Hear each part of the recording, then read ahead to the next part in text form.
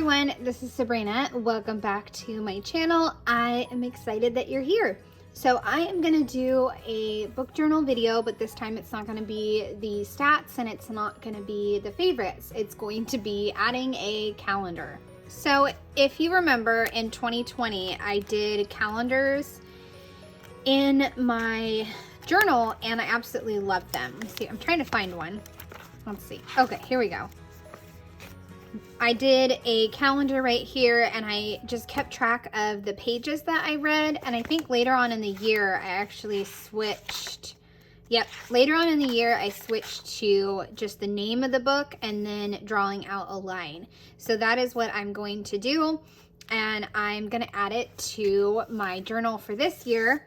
And I think I mentioned this in my last book journal video. I am not a person who can draw, so I'm just kind of eyeballing it. I don't have a calendar stamp. I believe I saw Heba use one, but I don't have a calendar stamp, so I just am going by, there's 4 dots in between each square, and then I will fill it in with a line and go from there. So I'm going to fill in January, then I am going to make February. Really wanted to show you my calendars and how I am including them in this A5 journal. I figure I got enough space over here, I can squeeze them in. Okay, so I'm gonna get started, and I really hope you guys find this video interesting. And next week I will have the start of April in my journal here.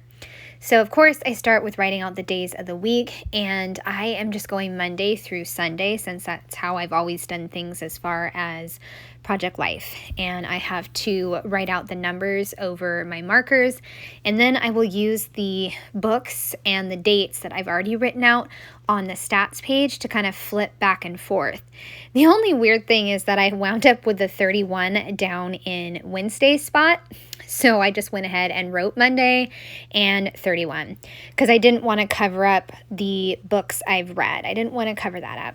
So I am going to use like my Sharpie bold type of black pen to write out the name of the book, and then kind of my fine line to draw the lines for how long I read the book. I'll kind of bracket in the amount of days, and if it goes like past a weekend or something, I will do an arrow, and then an arrow facing the left to indicate that it ends. So I'm just using different markings to kind of indicate how I read the books and what time period I read the books. I also noticed that the week that I wasn't feeling good, I decided to read a 500-page book, and it was The Woman at the Front. It was really good, but of course it did take me a while to get through it. So I am filling out this January and including, of course, all the books that I read. And I know I've mentioned this in my other book journal video, but I just wanted to mention again that my favorite was the Reminders of Him from Colleen Hoover. She is one of my absolute favorite authors, and the series I started with was Slammed series. So if you haven't read that, check that series out. Okay, so I am almost done with this, and I forgot to add in a graphic novel, another favorite graphic novel artist.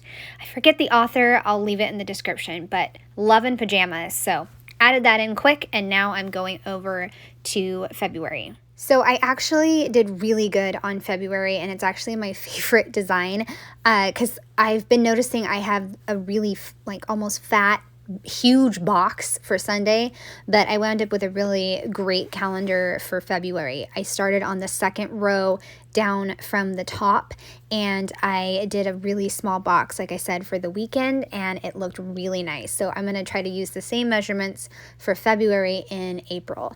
March, I made super jumbo. I don't remember what happened, but I made it very jumbo. And I didn't include it in this video because it would have made this video like 11 minutes long, because I also redesigned March. So if you want to see that, please leave a comment and let me know, and I can include that in another book journal video. So I have Monday through Sunday again using my marker in the right hand corner. Then I'll go over that with the black marker. And I had another clustering of stamping down at the bottom with a flower and currently loving. So I'm going to go ahead and put the 28th down there, but I'm going to have to write Monday again. And it's not a big deal in the grand scheme of things, but I did not want to cover up that stamping at all. I just really didn't want to. So I go ahead and I start with the same process. I write down my book and when I finished it. And again, it's just a bracket, kind of like a parentheses, to mark when I finished the book. And I also noticed I tend, for this month, and for no particular reason, I just started books in the middle of the week, and by the weekend I was reading a new book. So that was interesting to note. And I did notice that books took me a little bit longer this month, but this was the month that I also read Boyfriend Material. That was another book that was almost 500 pages, and it was just okay. It just really dragged for me. But I absolutely loved Love List and Fancy Ships. That was amazing. An amazing book. So I have all of these done, and there you go. I hope you guys enjoyed this idea for adding to your book journals. I'd love a thumbs up or a subscribe if you're new to my channel. Thanks so much for watching, and have a great day. Bye.